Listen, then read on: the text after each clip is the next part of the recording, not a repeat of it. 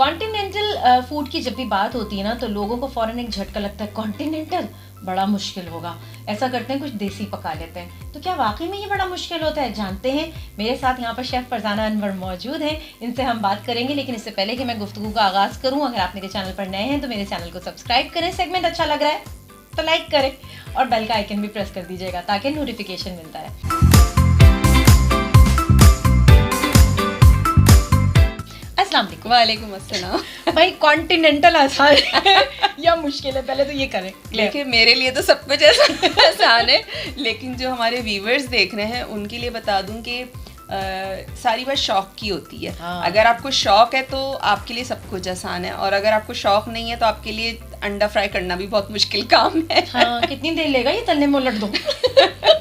तो लेकिन ये कि जहाँ तक मैं समझती हूँ कि देसी जो हमारे खाने उसमें ये होता है कि बेसिक सारे मसाले वही होते हैं। जिस तरह हम आपने एक ही देचकी में प्याज लाल की, गोश्त डाला, मसाले डाले, कोई सब्ज़ी डालनी आपने डाली, बनाया, तैयार हो गया। लेकिन कॉन्टिनेंटल में ये होता है कि उसमें स्टेप्स होते हैं। अच्छा, सॉसेस वही होते हैं सारे जो आपके यूज़ हो रहे होते हैं, और सॉसेस की भी काफ़ी सारी वेराइटी है। थोड़े एक्सपेंसिव भी पड़ते हैं, जिनको शौक़ है खाने का वो अफोर्ड कर लेते हैं और बनाते भी हैं शौक़ से। लेकिन ये कि उसमें स्टेप्स ज़्यादा होते हैं, लेकिन मुश्किल नहीं है वो भी बनाना, आसान है अगर आपको आ जाए तो। अच्छा, हाँ चलो ये तो आसान सी बात एक बता दी है। वो जो स्टेप बाय स्टेप अगर चीज़ों को हम लर्न करते हैं तो चीज़ें बड़ी वाकई में आसान हो जाती हैं। जैसे अब लोग बहुत सारे कहते हैं चाइनीज़ बनाना बड़ा मुश्किल काम है, उसमें तो सब्जियां ही काटने में इतना टाइम लगता है। लेकिन ये कि मैं जब बनाती हूँ तो मुझे बहुत अगर मैं दो कोई चाइनीज़ की ग्रेवी बना रही हूँ, सालन, और एक राइस बना रही हूँ, तो मुझे 1.5 घंटा लगता है। मैं तीनों चीज़ें तैयार कर लेती हूँ विद कटिंग के साथ। तो मेरी स्पीड बहुत अच्छी है कटिंग में। तो ये फिर ये कि आपके अपने ऊपर भी डिपेंड करता है, और कटिंग आपको इस तरह आएगी कि जितनी ज़्यादा आप कटिंग करेंगे उतनी ज़्यादा आप परफेक्ट होते जाएंगे कटिंग के अंदर। बिल्कुल सही बात है। कटिंग तो कहते हैं ना कि प्रैक्टिस मेक्स मैन परफेक्ट। हाँ। तो आपको प्रैक्टिस आप जितनी करेंगे उतना अच्छा है। वो जो शेफ की नाइफ चलती है ना, हाँ, वो बड़ी इंटरेस्टिंग सी होती है, लेकिन पहले सीख लीजिएगा, पता चला वो नाइफ चलाने में उंगली गई। हाँ, हमने भी अपनी बड़ी उंगलियां काटी जब हम सीख रहे थे।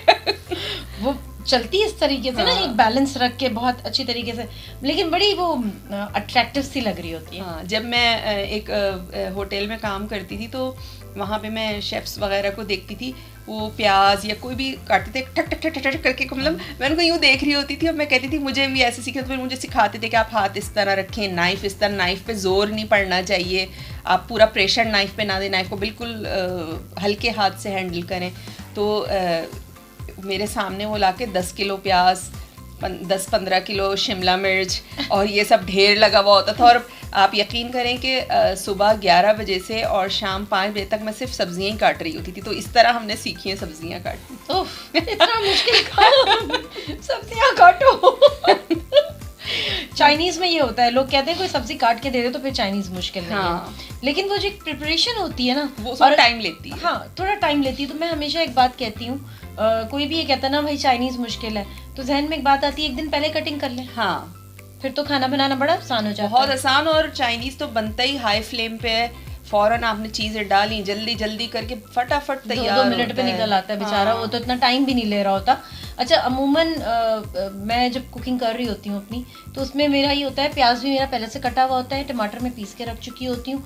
मेरे पास इतना टाइम नहीं होता कि मैं 1 घंटे से ज़्यादा किचन में लगाऊं कि सब काटूं और फिर डालूं। तो उससे क्या होता है कि आपके लिए वर्क बड़ा हेक्टिक हो जाता हाँ। है। लेकिन थोड़ा काम हम पहले से करके रख लेते हैं तो काम जरा इजी हो जाता है। अच्छा, जैसे कुछ लोगों को मैंने देखा है वो लहसुन अदरक उसी वक्त कूट रहे होते हैं या पीस रहे होते हैं छील के, और वो कहते हैं उसका फ्लेवर ही कुछ और होता है। हाँ, फ्लेवर कुछ और होता है। लेकिन अब क्योंकि इतनी बिजी लाइफ हो गई है, टाइम ही नहीं मिलता, तो कुछ ऐसी चीजें हैं जो आपको पहले से करके रखनी पड़ती हैं। बिल्कुल। अच्छा, मैं तो जो अदरक है उसको भी काट के फ्रीज कर देती हूँ। हाँ, मैं भी यही करती हूँ, फ्रीज कर देते हैं। जब चाहिए होता है निकाला, ब्लेंडर में डाला, ब्लेंड किया और हो गया काम। हाँ। तो लेकिन ये है कि कढ़ाई के लिए हम अदरक को काट रहे होते हैं, उसमें टाइम लग रहा होता है, तो मैं तो काट पीट के सब फ्रीज, हरा लहसुन काट पीट के फ्रीज, सब चीजें फ्रीज कर दो, जल्दी जल्दी निकालो और बस पकाओ और खत्म। तो आपको 15-20 मिनट ज्यादा किचन में लगेंगे ही नहीं। अदरवाइज हाँ, अब गर्मी की तरफ हम जा रहे हैं, गर्मियों में तो किचन में खड़ा होना आपके लिए एक अजाब है। कोई काम गर्मी में किचन में नहीं भेजे प्लीज। हाँ, लेकिन जाना पड़ता है तो। और ख़वातीन जा रही होती हैं और कुकिंग कर रही होती हैं, जो मर्द हैं उनको अप्रिशिएट करना चाहिए। आग में खड़े होकर चीज़ों को पकाना कोई आसान बात नहीं होती। और उस पे जब वो इतने पसीने बह रहे होते हैं किचन में, उसके बाद जब घर से फीडबैक अच्छा ना मिले तो कितना बुरा लगता है कि इतनी मेहनत से इतनी गर्मी में खड़े होके पकाए और फीडबैक हमें ये मिल रहा है। अच्छा, मुझे फीडबैक से एक चीज़ अभी याद आ गई, लकड़ी का चमचा और स्टील का चमचा दोनों से पकाने में कोई फ़र्क होता है क्या? नहीं, पकाने से तो कोई फर्क नहीं होता, बस वो आवाज नहीं करता लकड़ी वाला, आवाज नहीं करता। लेकिन ये कि जैसे नॉन स्टिक है तो उसमें आप लकड़ी का या नॉन स्टिक के जो स्पून्स होते हैं वो आप यूज करें। रबड़ के आते हैं ना, हाँ, वो वाले भी यूज कर, प्लास्टिक के जो होते हैं। और जो आपके स्टेनलेस स्टील है उसमें आप स्टेनलेस स्टील के जो है वो स्पैचुला वगैरह आप वो यूज करें। अच्छा, मैं हमेशा ये देखा कि लकड़ी में जरा सा शोर कम होता है और वो जो स्टेनलेस स्टील वाला होता है वो हम लोग की आदत है ना, पकाते पकाते ढंग, हाँ, वो घंटी सी आवाज आती है जैसे घंटी बज रही है। और वो इसलिए उसको मार रहे होते हैं कि उस पर कोई चीज लगी हुई है तो गिर जाए। हाँ, तो वो आदत है, तो घर वाले बड़े irritated होते हैं, क्या मुसीबत है, हाँ, इतना शोर मचा है। पता तो चले हम खाना पका रहे हैं। अच्छा, ये सारी चीजें, और फिर साथ साथ मैं ये कहूँगी जो आटा गूंदा जाता है उसमें एक प्रॉब्लम खवातीन को आती है। मैंने बहुत खवातीन को देखा है, वो कहती हैं आटा गूंदना बड़ा मुश्किल काम है, चिपक रहा है, हाथ में चिपक रहा है। तो कोई ऐसी टिप है जिससे वो ज़रा इरिटेट ना हो और इजीली उसको गूंद लें?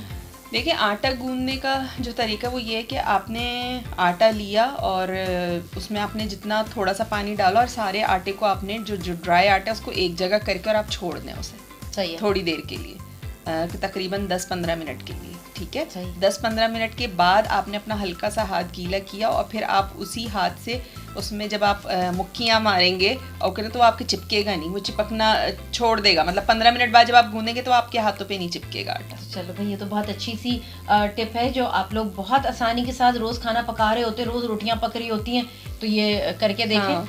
वो कहते हैं चिपक रहा है। हाँ, तो वो इसलिए चिपकता है कि वो हम सारा पानी एक साथ डाल के उसको एकदम से वो कर देते हैं, तो आपको पानी इतना नहीं डालना है, उसमें कम पानी डालें, मतलब इतना डालना है कि वो आपका ड्राई आटा जितना भी वो एक जगह हो जाए, गीला ना हो। हाँ, मतलब उसको इतना गीला मत कर दें कि आपके लिए फिर समेटना मुश्किल हो जाए। लेकिन ये अच्छी बात की कि 15 मिनट का उसको रेस्ट दें, ताकि वो जो ड्राई आटा है वो पानी को एब्जॉर्ब कर ले और वो सेटल हो जाता है फिर। हाँ, फिर उसके बाद आपने अपना हाथ गीला किया, उसमें मुक्कियाँ मारे, वो कभी भी नहीं चिपकेगा। अच्छा, एक चीज़ मैंने और भी सुनी थी, जिस तरह हम आटा वाटा गूंद लेते हैं, अब हमें रात में रोटी बनानी, हमने दोपहर में जो है कहा कि चलो हम आटा गूंद के इसको रख देते हैं, ऊपर हल्का सा ऑयल भी लगा देते हैं, ढक देते हैं, लोग मलमल का कपड़ा भी रख देते हैं ताकि वो पापड़ी सी जो जम जाती है वो ना जमे। उसके बाद कहते हैं जब आप रोटी बनाने खड़े हो तो एक दफ़ा उसको फिर हल्के हाथों से गूंद लें। अच्छा, हाँ, तो ये भी मैंने काफी अपनी अपनी टेक्निक्स है ना, वो अपनी है, तो लेकिन मैंने कभी नहीं किया इस तरह से। मैं वही पूछ रही हूँ कि वो कोई इतना जरूरी नहीं क्योंकि हमने 15 मिनट रेस्ट तो पहले दे दिया। हाँ, नहीं, वो इतना जरूरी नहीं, क्योंकि गुंदा हुआ आटा होता है, रेस्ट दिया हुआ होता है, तो उसको इतना जरूरत नहीं होती। सही, तो भाई ये मुश्किल भी आसान हो गई कि उस वक्त अगर आप थोड़ा सा रेस्ट दे देते हैं तो आपकी ज़िंदगी बड़ी आसान हो जाएगी। आराम से आटे को गूंदिए, रोटियां बनाइए। मोटी रोटी मुझे तो नहीं पसंद आती, पतली रोटी। हाँ, मोटी, और स्पेशली जब रोटी बनाते हैं उसका कॉर्नर मोटा हो ना, वो बहुत बुरा लगता है, उसको समझ में ही नहीं आता खाएं कैसे। हाँ। ये तो है ना। अच्छा, कुछ लोग कहते हैं कि जी रोटी फूलती नहीं है, हमारी रोटी फूलती नहीं है, तो फुलाने का कोई तरीका होता है इसका? नहीं, फुलाने का कोई तरीका तो नहीं होता, ये तो मेरे ख्याल से हाथ की बात होती है। हाँ, कि किसी के हाथ से फूल जाती है, किसी के हाथ से नहीं फूलती। और जब आप आजकल तो इतना ट्रेंड हो गया कि हर कोई अब सीधे तवे पे बना रहा होता है, लेकिन जब हम छोटे थे तो जब मैंने नई नई रोटी बनाना सीखी थी तो मैंने उल्टे तवे पे सीखी थी। दोनों में कोई फर्क होता है? उल्टे तवे की बहुत अच्छी रोटी बनती है, फूलती भी है। अच्छा, सही। अच्छा, मैंने हमेशा सीधे तवे पे पहले जमाने में, मतलब जब मैं छोटी थी तो मैंने अम्मी को भी यही देखा कि अम्मी उल्टे तवे पे बनाती थी, फिर जब मैंने सीखी रोटी बनानी तो मैंने उल्टे तवे पे सीखी। अच्छा, हाँ, तो फिर उसके बाद आहिस्ता आहिस्ता ये ट्रेंड खत्म होते, फिर ससुराल गई तो वहाँ सीधे तवे पे बनती थी, उसके बाद फिर सीधे ही तवे, हमारे यहाँ भी सीधे तवे पे बनने लगी, वो ट्रेंड ही खत्म हो गया उल्टे तवे का। हाँ, अभी भी कुछ घरों में लोग बनाते हैं उल्टे तवे पे रोटी, बहुत अच्छी रोटी बनती है, यूं करके रखी हुई होती है, बड़ा अट्रैक्टिव सा लगता है। हाँ, बहुत अच्छी बहुत अट्रैक्टिव सा लगता है। मेरा दिल चाहा कि मैं भी उल्टे तवे पे बना के देखूं, बल्कि मैं सोच रही थी बीच में कि कभी उल्टे तवे की रोटी पे भी शो करना चाहिए, बना के लाइव दिखाएं कि उल्टे तवे पे रोटी किस तरह बनती है। हाँ, और वैसे मैंने लोगों को बनाते हुए देखा, मैंने खुद कभी नहीं और बनाई। उसका चूल्हा भी एक होता है अलग से, जो अंगीठी टाइप का छोटा चूल्हे आते हैं बिल्कुल ताकि बीच सेपरेट। में हीट दे। हाँ बीच में, तो वो उसके चूल्हे भी मिलते हैं अलग से। अच्छा, लोग तो ये अपना जो ओवन होता है उसके ऊपर रख के बना रहे होते हैं उसको। अब कहते हैं रोटी उल्टे तवे पे बनाओ कि सीधे तवे, होनी अच्छी चाहिए, सॉफ्ट होनी चाहिए, अकड़ी भी नहीं होनी चाहिए। आंच भी तो बड़ी इंपॉर्टेंट होती है। हाँ आंच भी इम्पोर्टेंट होती है, ये नहीं कि आपने फुल तेज किया उस पर रोटी तो वो तो डालते ही जल जाती है फिर।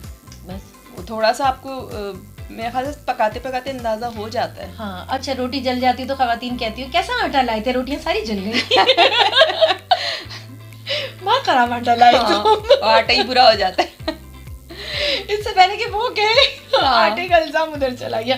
Farzana, thank you so much, आप मेरे साथ यहाँ पर मौजूद रही और बड़ी अच्छी गुफ्तगू रही। चलिए जी, फिर मिलेंगे इंशाल्लाह कुछ और बातों के साथ। शगुफ्ता यास्मीन को दीजिए इजाजत। अल्लाह हाफिज। अल्लाह हाफिज।